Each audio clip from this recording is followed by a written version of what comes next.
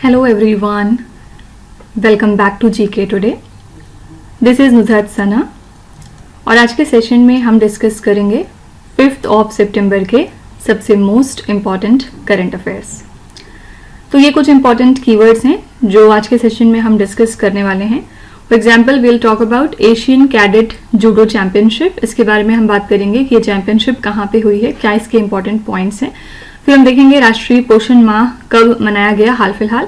2024 के Paris Paralympics के कुछ और इम्पॉर्टेंट पॉइंट्स देखेंगे, इसमें कौन लोग न्यूज में आ गए हैं। रामन मैग्सेसे अवार्ड देखेंगे, किसको दिया गया है इस साल। मातारी वंदना योजना और प्रोजेक्ट भेड़िया देखेंगे कि किस स्टेट द्वारा लॉन्च किए गए हैं। ठीक है, ये कुछ इंपॉर्टेंट चीजें हैं जो इस सेशन में हम कवर करने वाले हैं। तो ये एक ओवरव्यू था। चलिए स्टार्ट कर लेते हैं अपना session. The very first question is recently which Indian athlete won the silver medal at the Asian cadet judo championship. हाल ही में किस भारतीय एथलीट ने एशियाई कैडेट जूडो चैंपियनशिप में रजत पदक जीता है। The correct answer here is A option Himanshi Tokas. Okay, तो हिमांशी तोकास ने जीता है silver medal at this Asian cadet and junior judo championships. ये इवेंट कहाँ पे हुआ है, तो ये कंडक्ट किया गया मुंगेओंग में, जो कि साउथ कोरिया में लाई करता है। हिमांशी ने कम्पीट किया था वुमेन्स 63 kgs कैटेगरी में और ये सिर्फ 19 ईयर्स ओल्ड हैं। साथ ही ये पार्ट है खेलो भारत प्रोग्राम का। ठीक है, तो 12 मेंबर्स इंडिया की तरफ से गए थे पार्टिसिपेट करने इस कंपटीशन में और ये इवेंट कंक्लूड हुआ है मुंगेओंग जिम्नेशियम में। ठीक है, तो याद रखिएगा कि हिमांशी तोकास ने सिल्वर मेडल जीता है eight the Asian cadet judo championships. इस चैंपियनशिप के बारे में अगर हम बात करें तो पहली बार इसको ऑर्गेनाइज किया गया था 1997 में। कौन सी कंट्री है जिसके पास सबसे ज्यादा गोल्ड मेडल्स हैं इस चैंपियनशिप के रिगार्डिंग, तो आंसर इज जापान। ओके, और खेलो भारत प्रोग्राम की अगर हम बात करें तो खेलो भारत प्रोग्राम कब लॉन्च किया गया था, आंसर है 2021।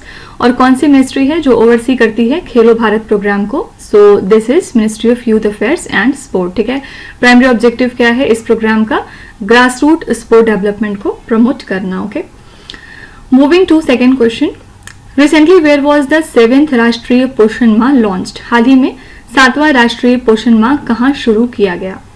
The correct answer here is B option Gandhinagar in the state of Gujarat. तो 7th राष्ट्रीय पोषण माह स्टार्ट हो चुका है फ्रॉम 1 सितंबर एट महात्मा मंदिर इन गांधीनगर गुजरात। ओके, यहाँ पे हमारा फोकस क्या होता है, न्यूट्रिशन अवेयरनेस क्रिएट करना और वेलबींग उनकी देखना। यूनियन मिनिस्टर अन्नपूर्णा देवी, गुजरात के चीफ मिनिस्टर भूपेंद्र भाई पटेल और बहुत सारे और भी ऑफिशियल्स ने इस इवेंट को अटेंड किया। ये डे स्टार्ट हुआ with nation wide tree planting drive जिसका नाम था एक पेड़ माँ के नाम। ठीक है, इससे न्यूट्रिशन को प्रमोट किया जाता है, साथ ही एनवायरमेंटल सस्टेनेबिलिटी की बातें होती हैं। यूनियन मिनिस्टर अन्नपूर्णा देवी ने पोषण 2.0 के पिलर्स को आउटलाइन किया यहाँ पे, जहाँ पे उन्होंने बताया कि इसके पिलर्स क्या क्या हैं। For example the pillars are good governance, convergence, capacity building and community participation. ठीक है, तो न्यूट्री बास्केट्स डिस्ट्रीब्यूट किए गए मदर्स के लिए और डिफरेंट स्कीम्स जैसे कि वहाली दिकरी योजना भी हाईलाइट किया गया इस इवेंट के दौरान।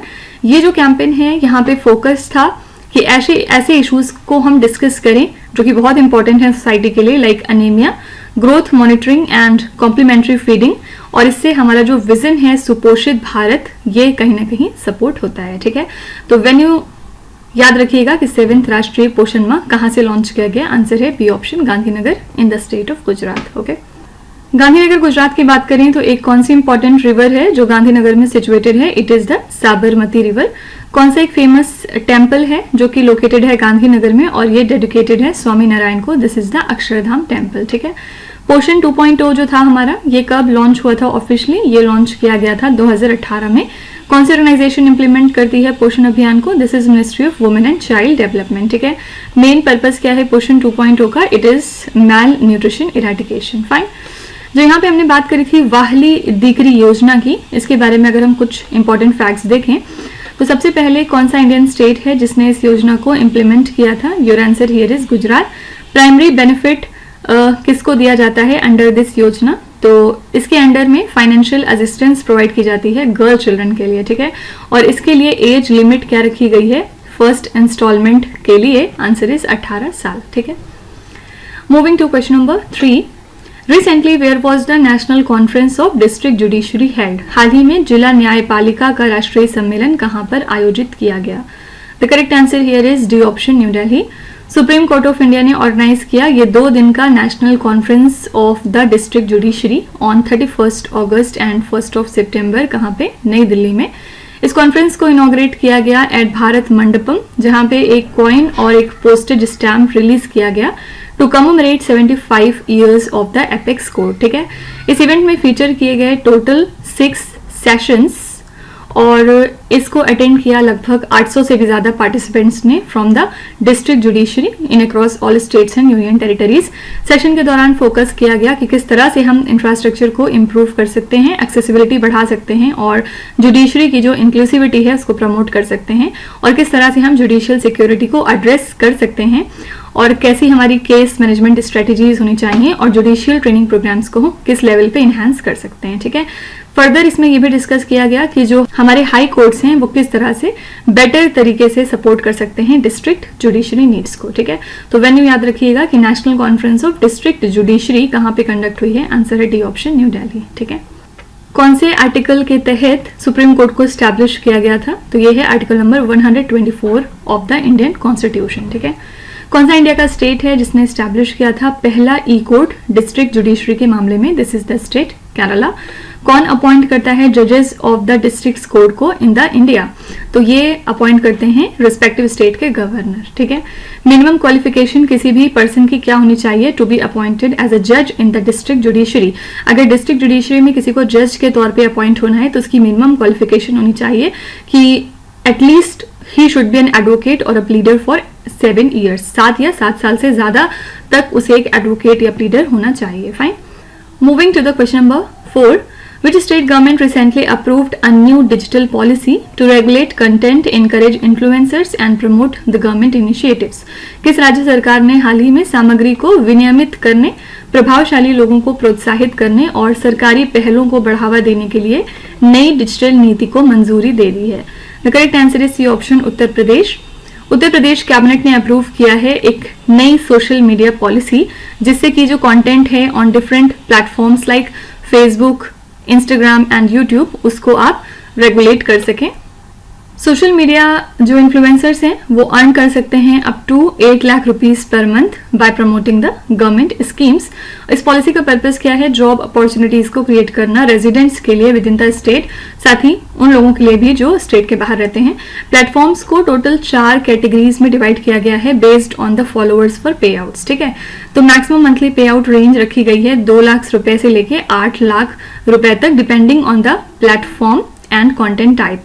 तो डिजिटल एजेंसी जिसका नाम है V4, ये मैनेज करेगा गवर्नमेंट एडवर्टीजमेंट को, और पॉलिसी में सभी तरीके की गाइडलाइंस को इंक्लूड किया गया है for handling objectionable content, anti national, anti social, fake news और इन्फ्लेमेटरी पोस्ट को टारगेट करने के लिए। ठीक है, तो हाल ही में उत्तर प्रदेश की सरकार ने अप्रूव की है एक नई डिजिटल पॉलिसी कंटेंट को रेगुलेट करने के लिए, इन्फ्लुएंसर्स को इनकरेज करने के लिए और गवर्नमेंट इनिशिएटिव्स को प्रमोट करने के लिए। ठीक है, फेसबुक की बात करें तो कब ऑफिशियली इसको लॉन्च किया गया था? 2004 में। ठीक है, इंस्टाग्राम के फाउंडर का नाम क्या है? इनका नाम है केविन सिस्ट्रॉम। ये फाउंडर हैं इंस्टाग्राम के और 2010 में इन्होंने इंस्टाग्राम को फाउंड किया था। फाइन, को फाउंडर है बेसिकली, आप कह सकते हैं।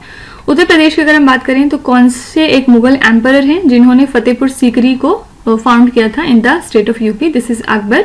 और एक इंपॉर्टेंट सिटी कौन सी है यूपी में जिसका नाम है Manchester of the east? This is the city of Kanpur. ठीक है, कुंभ मेला उत्तर प्रदेश में कहाँ पे ऑर्गेनाइज होता है? हर 12 साल पे। This is Prayagraj city. Fine. फिर कौन से साल में universal declaration of human rights को अडॉप्ट किया था यूनाइटेड नेशन ने? This is the year 1948। फिर इसके अलावा what does GDPR stand for in the context of European Unions data protection policy? So GDPR stands for general data protection regulation. Okay, moving to question number 5, which Indian athlete created a history by winning India's first bronze medal in 200 meters race at 2024 Paris Paralympic? किस भारतीय athlete ने 2024 Paris Paralympic में 200 metre दौड़ में भारत के लिए पहला कांस्य पदक जीतकर इतिहास रच दिया? The correct answer here is D option, Preeti Pal. Okay, Preeti Pal इसी के साथ पहली इंडियन वुमेन बन गई हैं जिन्होंने 2 पैरालंपिक मेडल्स जीते हैं in track and field events at Paris Paralympics 2024। ये बहुत फेमस हो गई हैं इसी वजह से। और इसी के साथ इन्होंने ब्रॉन्ज जीता in the women's 200 metres T35 class with a personal best time of 30.01 seconds. और इसके पहले इन्होंने एक और ब्रॉन्ज जीता था 100 मीटर्स T35 क्लास में एट द सेम इवेंट, ठीक है। तो इन्होंने आउटपेस किया है जिया जोऊ को और गु किम खियान को, जो कि चाइना से हैं। और फर्स्ट और सेकंड पोजीशन पे कौन था? ये हैं जिया जोऊ और गु किम खियान फ्रॉम चाइना। इन्होंने गोल्ड और सिल्वर जीता है रिस्पेक्टिवली। और इनका अचीवमेंट एक हिस्टोरिक मोमेंट क्रिएट करता है इंडियन वुमेन के लिए in the Paralympics and Olympics, ठीक है। तो प्रीति पाल ने हिस्ट्री क्रिएट की है by winning India's first bronze medal in 200 metres race at 2024 Paris para Olympics, ठीक है। कुछ इवेंट्स की बात करें तो किसके पास वर्ल्ड रिकॉर्ड है for the men's 100 metres sprint? This is Usain Bolt, ठीक है। उसैन बोल्ट के नाम है world record for the men's 100 metres sprint. और इनका जो रिकॉर्ड टाइम है वो लगभग 9.58 सेकेंड्स का है। इन्होंने अचीव किया था एट द 2009 वर्ल्ड चैंपियनशिप, जो कि बर्लिन में हुई थी, ठीक है। फिर इसके अलावा कुछ और अगर हम चीज़ें डिस्कस करें तो पहली इंडियन वुमेन कौन है जिन्होंने एक ओलंपिक मेडल जीता था? इनका नाम पहले भी हमने डिस्कस किया है, इनका नाम है करनाम मालेश्वरी, ठीक है। इन्होंने ओलंपिक ब्रोंज मेडल जीता था वेट लिफ्टिंग में, ठीक है। और कब जीता था? 2000 के सिडनी ओलंपिक्स में, फाइन। फिर कौन सी एक इंडियन वुमेन है जिन्होंने 2016 का ओलंपिक सिल्वर मेडल जीता था बैडमिंटन में? This is very famous, PV Sindhu. First Indian female athlete कौन है जिन्होंने गोल्ड मेडल जीता था किसी भी कॉमनवेल्थ गेम में? This is the Krishna Poonia, okay. ये इंडिया की डिस्कस थ्रोअर हैं और इन्होंने गोल्ड जीता था 2010 के कॉमनवेल्थ गेम्स में। और उसी के बाद ये पहली इंडियन वुमेन बन गई थी to achieve this feat, okay. Moving to question number 6, Nishad Kumar recently won a silver medal in which event at the 2024 Paris Paralympics? Nishat Kumar ने हाल ही में 2024 पेरिस पैरालंपिक में किस स्पर्धा में रजत पदक जीता है? The correct answer here is A option, high jump, ठीक है। इन्होंने सिल्वर मेडल जीता है in the men's T47 high jump at the Paris Paralympics. और ये कब जीता है? 2 सितंबर को, ठीक है। इन्होंने अचीव किया अपना best jump of 2.04 metres to secure the second position. और इसी के साथ ही इनका दूसरा सिल्वर मेडल है। पहला इन्होंने जीता था टोक्यो पैरालंपिक्स में, ठीक है। और टॉनसेंट रॉबर्ट्स जो कि यूएस को बिलोंग करते हैं, इन्होंने गोल्ड मेडल जीता है विद जंप ऑफ 2.08 मीटर्स। तो आप देख सकते हैं कितना जरा सा मार्जिन का फर्क था गोल्ड और सिल्वर के बीच में। और जॉर्जी मैर्जिव जो कि रशिया से बिलोंग करते हैं, इन्होंने ब्रोंज मेडल जीता था, ठीक है। तो यहाँ पे याद रखिएगा निशात कुमार ने सिल्वर मेडल जीता है in the event of high jump at the 2024 Paris Paralympics, ठीक है। पेरिस पैरालंपिक्स की बात करें तो पैरालंपिक फ्लेम को किसने लिट किया था at the 2024 Paris Paralympics? This is Jean Pierre Raffarin, ठीक है। जीन पियर रैफरिन ये फॉर्मर फ्रेंच प्राइम मिनिस्टर हैं, इन्होंने लिट किया था पैरालंपिक फ्लेम को एट द 2024 पेरिस पैरालंपिक्स, ठीक है। मोटो क्या रखा गया था पेरिस पैरालंपिक्स के लिए? It is United bye emotion, okay. फिर हम अगर बात करें T47 हाई जंप की तो कौन से एथलीट हैं जिन्होंने वर्ल्ड रिकॉर्ड सेट किया है इसमें? तो आंसर है रॉड्रिक टाउनसेंट रॉबर्ट्स, ठीक है। इन्होंने एक वर्ल्ड रिकॉर्ड सेट किया है इन द हाई जंप और ये एक पैरालंपियन है किस कंट्री से? यूएसए से, ठीक है। Moving to question number 7, recently which Japanese animator has been honoured with the prestigious Ramon Magsaysay award for 2024? ये क्वेश्चन बहुत बहुत बहुत इंपॉर्टेंट है आपके एग्जाम के लिए। हाल ही में किस जापानी एनिमेटर को 2024 के प्रतिष्ठित रेमन मैग्सेसे पुरस्कार से सम्मानित किया गया है? The correct answer is C option, Hayao Miyazaki, ठीक है। ये जापानीज एनिमे डायरेक्टर हैं और हाल ही में इन्होंने जीत लिया है रेमन मैग्सेसे अवार्ड। याद रखिएगा इस अवार्ड को हम एशिया का नोबेल प्राइज भी कहते हैं, ठीक है। तो ये एशिया का टॉप ऑनर है जिसमें कि ट्रांसफॉर्मेटिव लीडरशिप और स्पिरिट को रिकॉग्नाइज किया जाता है। विनर्स को एक सर्टिफिकेट दिया जाता है और इसके अलावा मेडलियन दिया जाता है विद रेमन मैग्सेसेस प्रोफाइल। 1958 टू 2008 अगर हम देखें तो इस अवार्ड को दिया गया है 6 कैटेगरीज में। कौन कौन सी? Government service, public service, community leadership और उसके अलावा journalism and creative arts, peace and international understanding and emergent leadership. ये 6 कैटेगरीज हैं जिसमें इस अवार्ड को प्रेजेंट किया गया है। इस अवार्ड सेरेमनी को एनुअली कंडक्ट किया जाता है 31 अगस्त को, कहाँ पे, मनीला फिलीपींस में, ठीक है। इसी के साथ क्यों इस दिन हम करते हैं, क्योंकि इस दिन बर्थ एनिवर्सरी होती है प्रेसिडेंट रेमन मैग्सेसे की, जिनके नाम पर इस अवार्ड को रखा गया है, ठीक है। तो याद रखिएगा, हायाओ मियाजाकी को ऑनर किया गया है with the prestigious Ramon Magsaysay award for 2024। कई बार आपसे कंट्री भी पूछ ली जाती है, तो याद रखिएगा ये जापान को बिलोंग करते हैं, ठीक है।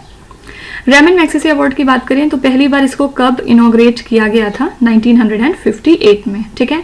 फर्स्ट वुमेन कौन है जिन्हें रेमन मैग्सेसे अवार्ड दिया गया था, ये है Mother Teresa, okay. Ramon Magsaysay की हम जो बात कर रहे हैं, ये किस कंट्री के प्रेसिडेंट रह चुके हैं, आंसर है फिलीपींस कंट्री के, ठीक है। और फिर इनका देहांत हो गया था एक प्लेन क्रैश में इन द ईयर 1957 में, fine. Moving to question number 8, Which state government has launched the महतारी Vandana Yojana recently seen in the news? हाल ही में खबरों में रही महतारी वंदना योजना किस राज्य सरकार ने शुरू की है? Correct answer here is B option, Chhattisgarh, ठीक है। चीफ मिनिस्टर कौन है छत्तीसगढ़ के, विष्णुदेव सहाय। इन्होंने अनाउंस किया ऑन 2 सितंबर, जबकि तीजा पूरा फेस्टिवल यहाँ मनाया जाता है, कि वो रिलीज करने वाले हैं 7th इंस्टॉलमेंट महतारी वंदना योजना की, ठीक है। इस स्कीम में 1000 रुपए दिए जाते हैं टू 7 मिलियन एलिजिबल वुमेन। और जो एलिजिबिलिटी है इसमें क्या चीजें हैं, सबसे पहले जो रेजिडेंट्स हैं वो छत्तीसगढ़ के होने चाहिए। फिर दूसरी बात ये कि उनकी एज 21 प्लस होना चाहिए एज ऑफ 1 जनवरी 2024। इसमें मैरिड लोग शामिल हैं, विडोड, डाइवोर्स्ड और अबेंडेंड वुमेन इंक्लूडेड हैं। इसमें जो भी इनकम टैक्स पेयर्स हैं और जो गवर्नमेंट एम्प्लॉयज हैं उनको एक्सक्लूड किया गया है, ठीक है।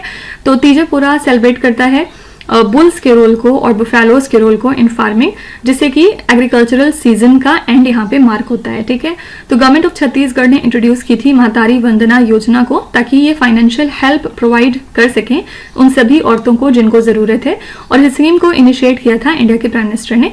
पर्पज यहाँ पे क्या है, वुमेन को सपोर्ट करना छत्तीसगढ़ में by offering them financial benefits, जिससे कि उनकी प्रॉब्लम कुछ सॉल्व हो सके, ठीक है। तो आपसे बस सिंपली ये पूछा जा सकता है कि महतारी वंदना योजना किस स्टेट की स्कीम है, आंसर है बी ऑप्शन, छत्तीसगढ़, ठीक है। तीजा पूरा फेस्टिवल जो है ये इसके बारे में कई बार एग्जाम में पूछा गया है कि ये कौन से स्टेट में सेलिब्रेट किया जाता है, तो याद रखिएगा छत्तीसगढ़ का ये फेस्टिवल है, ठीक है। और मेन एग्रीकल्चरल फीचर क्या है, यानी कि इसमें किस चीज के ऊपर फोकस किया जाता है, तो इसमें बुल्स और बुफेलोज के रोल को एम्फेसाइज किया जाता है कि इनका कितना इंपॉर्टेंस है, कितना इनका वाइटल रोल है किसी भी फील्ड में, ठीक है। फिर उसके बाद ये पूछा जा सकता है कि कौन से सीजन में इस फेस्टिवल को मनाया जाता है, तो ये बेसिकली एक तरह का फेस्टिवल है जो कि एग्रीकल्चरल सीजन के एंड को मार्क करता है, ओके। फिर महतारी वंदना योजना पे अगर हम आए तो कौन सा सेक्टर है जो इससे फायदा उठाता है, तो दिस इज द वुमेन। और कितनी फाइनेंशियल अमाउंट दी जाएगी under the 7th instalment of महतारी वंदना योजना, तो 1000 रुपए उनको प्रोवाइड किया जाएगा, फाइन।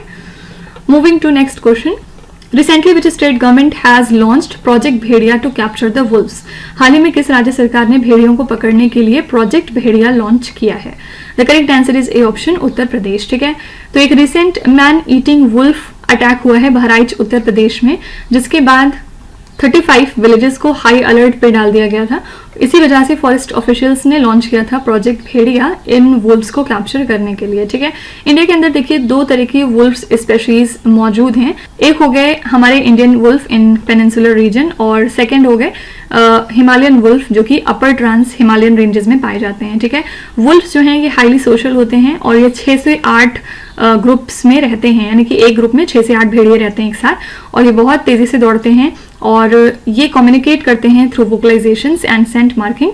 जो ग्रे वुल्फ है वो आईयूसीएन की लिस्ट में लीस्ट कंसर्न की कैटेगरी में आते हैं, ठीक है। और जो हिमालयन वुल्फ है ये वल्नरेबल हैं, और दोनों के दोनों तरीके के स्पेशीज प्रोटेक्टेड हैं under schedule 1 of wild life protection act of 1974, ठीक है। तो हाल ही में उत्तर प्रदेश ने लॉन्च किया है प्रोजेक्ट भेड़िया को वुल्फ्स को कैप्चर करने के लिए, ओके। आईयूसीएन के बारे में ऑलरेडी हम बहुत बार पढ़ चुके हैं कि आईयूसीएन कब फाउंड हुआ था, 1948 में। इनकी हाईएस्ट थ्रेट लेवल कौन सी होती है इनकी red list of threatened species में, तो क्रिटिकली इंडेंजर्ड इनकी highest threat level of threat होती है, ठीक है। तो इसको कब अपडेट किया जाता है, तो याद रखिएगा इसको एनुअली अपडेट किया जाता है। जो भी स्पीशीज हैं उनको इधर उधर शिफ्ट किया जाता है, ठीक है। फिर इसके अलावा कौन सा शेड्यूल है under the wild life protection act जो कि ऑफर करता है हाईएस्ट लेवल ऑफ प्रोटेक्शन, तो दिस इज शेड्यूल 1, यानी कि अगर किसी स्पेशीज को शेड्यूल 1 में डाला गया है तो इसका मतलब ये है कि उसे सबसे ज्यादा प्रोटेक्शन की यहाँ पे जरूरत है, fine. Moving to question number 10. Recently, who was announced as the first Indian ambassador of the International Table Tennis Federation? हाल ही में अंतर्राष्ट्रीय टेबल टेनिस महासंघ के पहले भारतीय राजदूत के रूप में किसे घोषित किया गया? The correct answer here is C option, Sharad Kamal. ठीक है, शरद कमल बन गए हैं पहले ambassador of the international table tennis federation foundation. ठीक है, तो ये अनाउंसमेंट हुआ है during the 11th day of the ultimate table tennis season 5 at Jawaharlal Nehru indoor stadium. इनको इलेक्ट किया गया है to the ITTF's athletes commission in November 2022 और ये अब प्रमोट करेंगे टेबल टेनिस को फॉर डेवलपमेंट, स्पेशली बच्चों के अंदर जो कि अंडर प्रिविलेज्ड बैकग्राउंड से आते हैं. ठीक है, याद रखिएगा इनके नाम रिकॉर्ड है for the most medals in Commonwealth games history for table tennis, जहां पे इनके पास टोटल 13 मेडल्स हैं विद 3 गोल्ड्स एट द 2022 के बर्मिंघम गेम्स. ठीक है, याद रखिएगा शरद कमल को डिक्लेयर किया गया है as the first Indian ambassador of international table tennis federation. International table tennis federation को कब फाउंड किया गया था? 1926 में. इसका हेडक्वार्टर्स कहाँ पे लोकेटेड है? यूरेंसर इज स्विट्जरलैंड. ठीक है, फिर कौन सी कंट्री है जिसने सबसे ज्यादा मेडल्स जीते हैं कॉमनवेल्थ गेम्स हिस्ट्री में? सो this is the country Australia. Okay, तो इसी के साथ हमने आज के 10 इंपॉर्टेंट करंट अफेयर्स को कवर कर लिया. आई होप कि आप काफ़ी कुछ नया सीख चुके होंगे और अब इसके बाद हम चलेंगे हमारे रिवीजन वाले सेशन की तरफ, जिसमें डेली हम 3 टॉपिक्स रिवाइज करते हैं. आज के हमारे टॉपिक्स कौन से रहने वाले हैं? सबसे पहले हम बात करेंगे कुछ इंटरनेशनल करंट अफेयर्स की, फिर हम देखेंगे कुछ art and culture related current affairs की और लास्ट में हम कुछ नेशनल करंट अफेयर्स पे नजर डालेंगे. ठीक है, तो सबसे पहले हम चलते हैं इंटरनेशनल करंट अफेयर्स की तरफ. यहाँ पे आप जो क्वेश्चंस देख रहे होंगे स्क्रीन पे, ये पिछले 6 से 8 महीने के हैं और इनको शफल्ड फॉर्मेट में रखा गया है क्योंकि आपके एग्जाम में भी शफल्ड फॉर्मेट में ही क्वेश्चंस आएंगे. राइट, चलिए शुरू करते हैं पहले क्वेश्चन के साथ. Which country is poised to become the first to pass a bill to combat hair discrimination? The correct answer here is France. ठीक है, Recently pig liver transplanted into a living cancer patient for the first time in which country? पहली बार ऐसा कारनामा किया है China country ने. India has recently signed the protocol for the establishment of Joint Economic and Trade Committee along with which country? India ने ये protocol sign किया है डोमिनिकन रिपब्लिक के साथ for the establishment of Joint Economic and Trade Committee. Recently which country became the 38th country to join the Artemis Accord? Artemis Accord को join करने वाली 38th country बन गई है Sweden.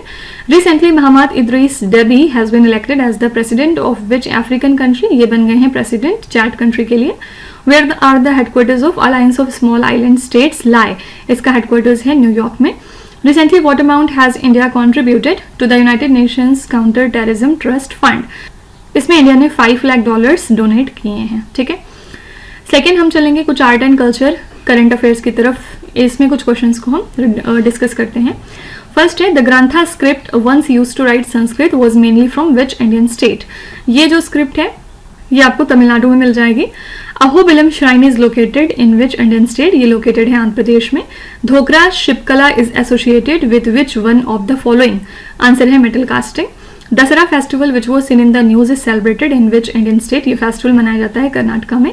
The Hatti community which was recently in news for legal dispute on its inclusion in scheduled tribes list is primarily found in which Indian state? ये community आपको मिल जाएगी हिमाचल प्रदेश में. Sominsai festival is associated with which country? ये festival मनाया जाता है Japan में.